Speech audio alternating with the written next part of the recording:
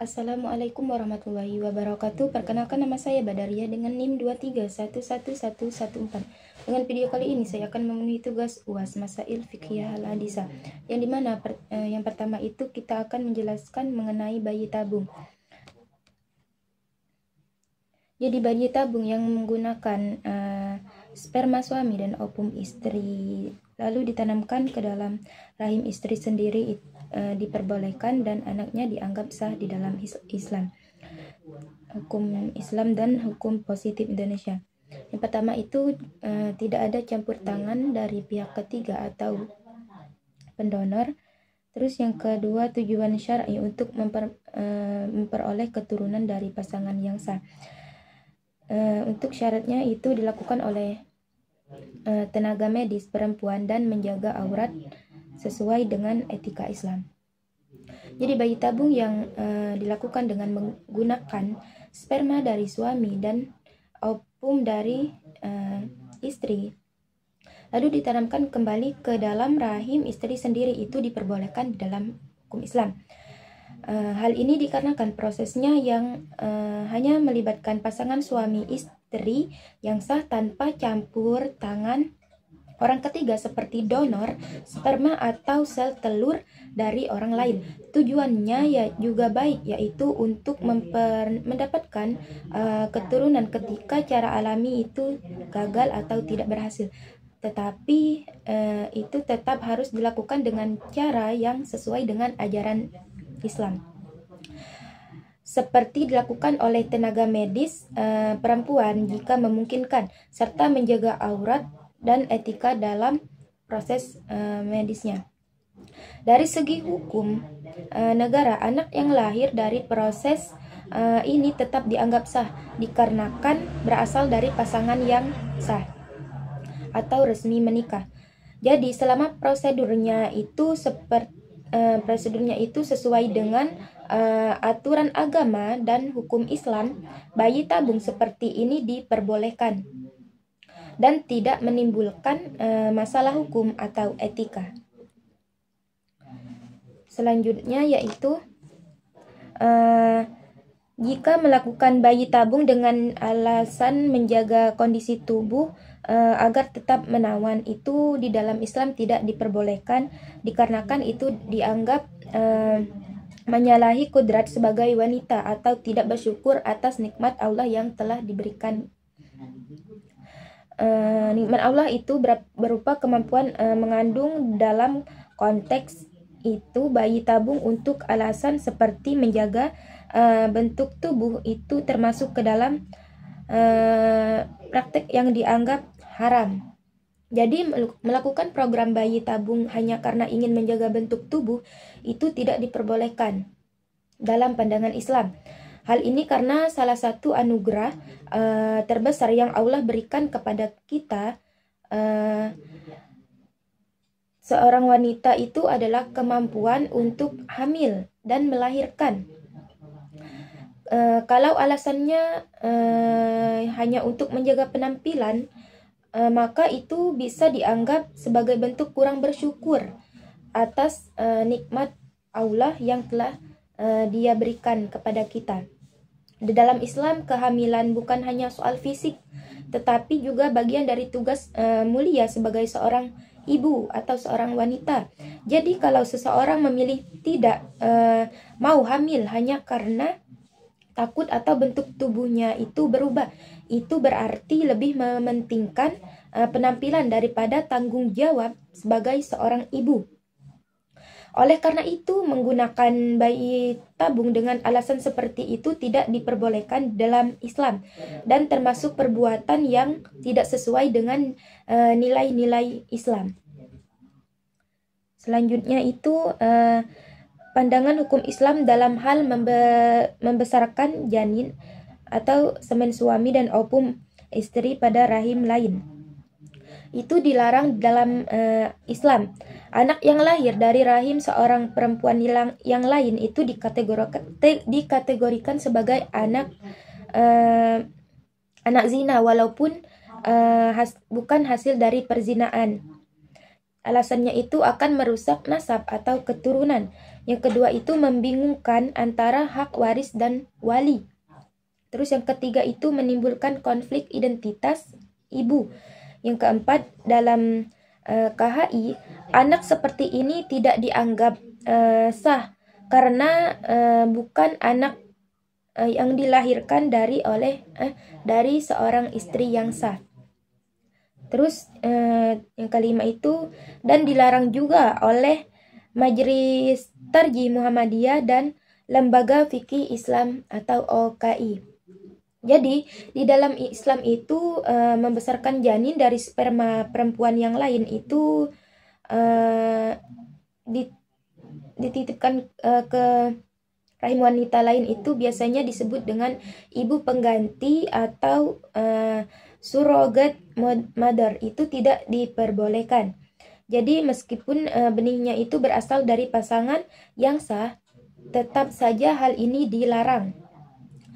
Alasannya itu karena ibu yang bisa menimbulkan banyak masalah, seperti misalnya bingungnya siapa ibu yang sebenarnya. Terus rusaknya garis keturunan dan munculnya masalah dalam hal warisan dan wali nikah. Jadi anak yang lahir dari rahim wanita lain itu tidak dianggap sebagai anak sah dari istri yang sebenarnya. Dianggap sebagai anak sah dari istri yang sebenarnya karena bukan dia yang melahirkan. Hal ini juga ditegaskan dalam hukum Islam, itu termasuk pandangan dari Majelis Tarjih itu Muhammadiyah dan Lembaga Fikih Islam tadi, bahwa praktik seperti ini itu tidak dibenarkan. Jadi di dalam Islam bayi hanya boleh dikandung, dilahirkan oleh ibu sah, dan bukan dititipkan pada rahim wanita yang lain. Terus yang bagian kedua itu tentang poligami. Setujukah Anda dengan poligami? Jika setuju, berikan alasannya, dan jika tidak, berikan alasannya dengan argumentasi yang logis dan sumber yang relevan. Jadi, menurut saya tidak setuju karena praktik poligami secara umum itu dikecualikan dalam kondisi darurat dan syarat ketat sebagaimana ditegaskan oleh banyak ulama kontemporer dan hukum positif di Indonesia. Jadi menurut saya pribadi itu saya tidak setuju dengan poligami kecuali jika memang dalam keadaan darurat dan dengan syarat yang telah yang ketat.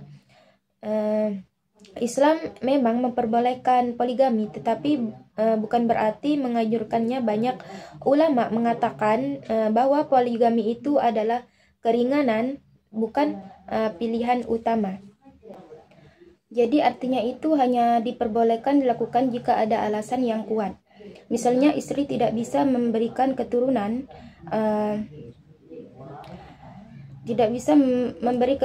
atau sedang sakit berat dan tidak bisa menjalankan kewajibannya sebagai istri. Salah satu syarat utama dalam poligami adalah keadilan, dan ini sangat sulit dilakukan. Tidak hanya adil secara materi, tetapi juga harus secara perasaan dan perhatian. Jika tidak bisa adil, maka poligami itu dilarang dalam Islam. Selain itu, poligami juga seringkali menimbulkan dampak buruk, seperti rusaknya hubungan keluarga, terus perasaan terluka pada istri yang pertama, bahkan gangguan psikologis pada anak-anak. Dan dalam masyarakat kita sekarang hal ini sering terjadi. Terus banyak juga tokoh dan ulama modern yang justru menganjurkan untuk tetap monogami karena kondisi zaman sekarang menuntut tanggung jawab yang besar dalam membina rumah tangga, mendidik anak dan menjaga kestabilan emosional keluarga. Jadi meskipun Islam membolehkan, bukan berarti poligami itu harus dilakukan. Terus yang kedua itu tentang poligami, bagaimana pandangan hukum negara dan hukum Islamnya. Dari menurut pandangan hukum Islam, memperbolehkan poligami berdasarkan Quran Surah An-Nisa ayat 3 dengan batas maksimal 4 istri dan syarat keadilan dalam waktu, nafkah, tempat tinggal, dan perlakuannya. Pertama itu kebolehan ini bukan kewajiban dan bukan pula anjuran umum, melainkan solusi agar atas kondisi-kondisi khusus seperti infertilitas istri atau kemampuan menjalankan kewajiban rumah tangga.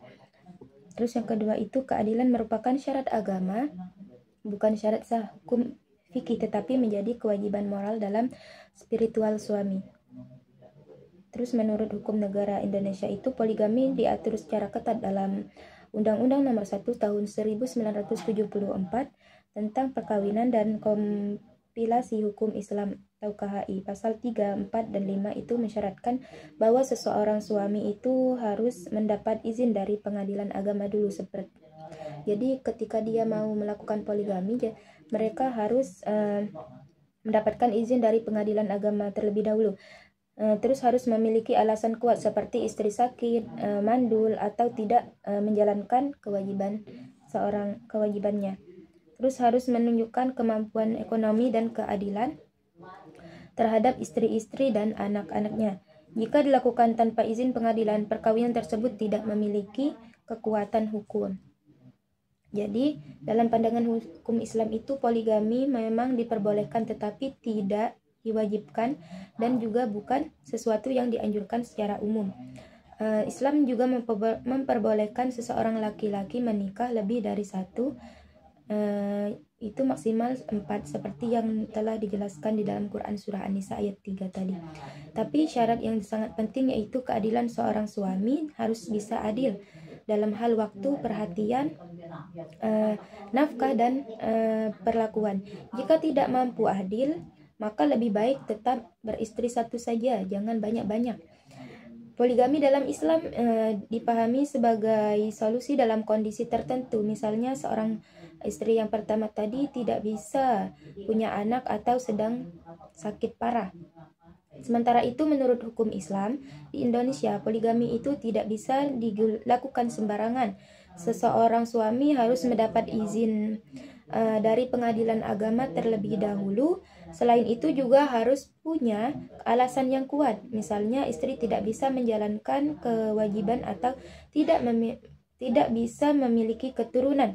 Suami juga harus membuktikan bahwa dia mampu secara ekonomi dan bisa bersikap adil terhadap semua istri dan anak-anaknya. Kalau dilakukan tanpa izin pengadilan, maka perkawinan tersebut dianggap tidak sah secara hukum negara. Jadi baik menurut Islam maupun hukum negara, poligami bukan hal yang bisa dilakukan semuanya, tetapi harus melalui pertimbangan yang matang dan syarat yang kuat. Selanjutnya itu tentang aborsi. Pandangan terkait aborsi itu, menurut pandangan saya, aborsi itu adalah pengguguran kandungan baik disengaja maupun tidak. Banyak terjadi karena kehamilan di luar nikah, masalah ekonomi, atau takut nikah. Terus Islam juga melarang aborsi tanpa alasan syar'i seperti faktor medis. Terus menurut pandangan ulama, sebelum peniupan ruh, usia janin 120 hari, ada yang mengharamkan total, ada yang membolehkan selama belum ditiupkan ruh. Menurut mazhab Hanafi Zaidi, sebagaimana mazhab memperbolehkan hanya di tahap awal dari melarang saat janin mulai terbentuk menurut mazhab Syafi'i dan Maliki. Setelah peniupan ruh, mayoritas ulama mengharamkan keras, kecuali dalam kondisi darurat menyelamatkan nyawa ibu, maka itu diperbolehkan. Jadi aborsi adalah tindakan menggugurkan kandungan baik disengaja maupun tidak karena alasan tertentu. Banyak orang melakukan aborsi karena hamil di luar nikah, takut malu, alasan ekonomi, atau merasa belum siap punya anak. Dalam pandangan Islam, aborsi tidak diperbolehkan jika tanpa alasan yang benar,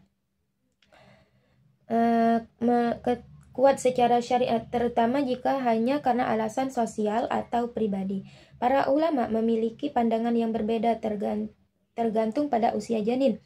Jika janin belum berusia 120 hari atau sekitar 4 bulan atau sebelum ruh ditiupkan, sebagian ulama seperti dari mazhab Hanafi dan Zaidi itu membolehkan aborsi dengan alasan tertentu. Tetapi ada juga yang tetap melarang walaupun janin masih sangat muda.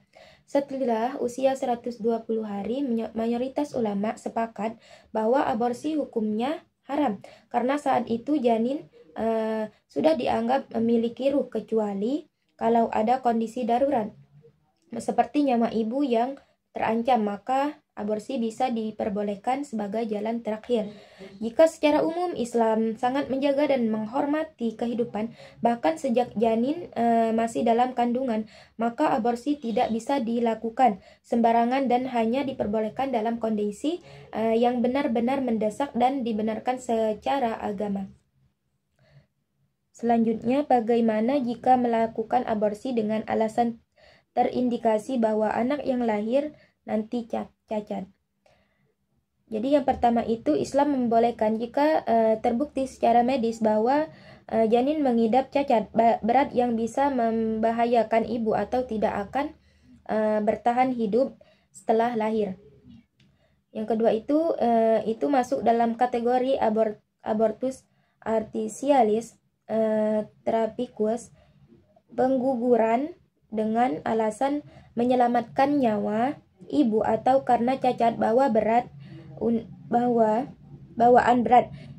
Terus Undang-Undang Kesehatan Nomor 36 Tahun 2009 pasal 75 sampai 77 itu memperbolehkan aborsi dalam kondisi indikasi medis yang mengancam nyawa ibu. Jadi aborsi karena janin terindikasi cacat berat bisa diperbolehkan dalam Islam, tetapi dengan syarat tertentu. Jika berdasarkan pemeriksaan medis yang akurat, janin memang mengalami cacat parah yang membuatnya tidak bisa bertahan hidup setelah lahir, atau kondisi tersebut bisa membahayakan nyawa atau kesehatan ibu, maka aborsi itu bisa dianggap sebagai jalan keluar yang diperbolehkan. Hal ini dikarenakan dengan istilah abortus artificialis trapicus, yaitu aborsi yang dilakukan karena alasan medis untuk menyelamatkan ibu atau karena cacat bawaan yang sangat serius pada janin. Hukum di Indonesia juga mendukung pandangan ini dalam Undang-Undang Kesehatan Nomor 36 Tahun 2009. Aborsi nyawa ibu terancam atau janin mengalami kelainan berat yang tidak bisa disembuhkan. Tetapi keputusan ini tidak bisa diambil sembarangan. Harus ada hasil pemeriksaan dari dokter yang kompeten dan biasanya perlu melalui proses persetujuan yang ketat, baik secara medis maupun hukum. Jadi, Islam dan hukum negara sama-sama memberi ruang aborsi hanya dalam kondisi darurat dan bukan untuk alasan yang ringan. Terakhir, berikan solusi terbaik dari tindakan aborsi. Yang pertama itu pendidikan moral dan agama sejak dini. Maka anak muda perlu sekali dibekali pengetahuan dan kesadaran tentang bahayanya seks bebas dan nilai keagamaan. Terus yang kedua, peran keluarga dan pengawasan orang tua. Jadi pengawasan atau perhatian dan bimbingan orang tua sangat penting untuk menghindari pergaulan bebas anak. Yang ketiga, pendamping psikologis dalam konseling sebelum mengambil keputusan aborsi. Jadi konselor harus netral dan membantu pasien mempertimbangkan keputusan secara matang dan bukan karena tekanan. Yang keempat, penerapan hukum yang tegas terhadap aborsi ilegal. Aborsi yang tidak sesuai prosedur dapat dikenakan sanksi secara hukum sesuai dengan KUHP pasal 346 sampai 349 dengan ancaman pidana hingga 15 tahun. Jadi sesuai solusi terbaik untuk mencegah tindakan aborsi adalah dengan memberikan pendidikan moral dan agama sejak dini. Anak-anak dan remaja perlu dibekali pengetahuan tantangan pentingnya menjaga diri, bahayanya seks bebas, dan bagaimana menghargai kehidupan sejak dalam kandungan. Peran keluarga juga sangat penting. Orang tua perlu memberikan perhatian, pengawasan, dan bimbingan yang cukup agar anak-anak tidak salah dalam pergaulan. Komunikasi yang terbuka antara anak dan orang tua bisa menjadi benteng utama anak tidak merasa sendirian dan menghadapi masalah. Selain itu, jika seseorang sudah berada dalam kondisi bingung atau tertekan dan berpikir tentang aborsi, maka perlu ada pendamping dari psikolog atau konselor. Konseling ini bertujuan agar keputusan yang diambil bukan karena panik atau tekanan, tetapi dengan pertimbangan yang matang dan tenang. Pemerintah juga harus menegakkan hukum secara tegas. Aborsi yang dilakukan tanpa alasan medis yang sah dan tidak sesuai prosedur dapat dikenakan sanksi hukum, bahkan bisa dipidana. Ini penting agar tidak ada pihak sembarangan melakukan praktik aborsi ilegal. Dengan pendekatan dari berbagai sisi pendidikan, keluarga, konseling, dan hukum-hukum diharapkan tindakan aborsi bisa dicegah dan kehidupan janin tetap terlindungi. Mungkin hanya itu yang dapat saya sampaikan. Bila ada kata-kata yang salah, saya mohon maaf. Kepada Allah saya mohon ampun. Saya akhiri, wabillahi taufik wal hidayah. Wassalamualaikum warahmatullahi wabarakatuh.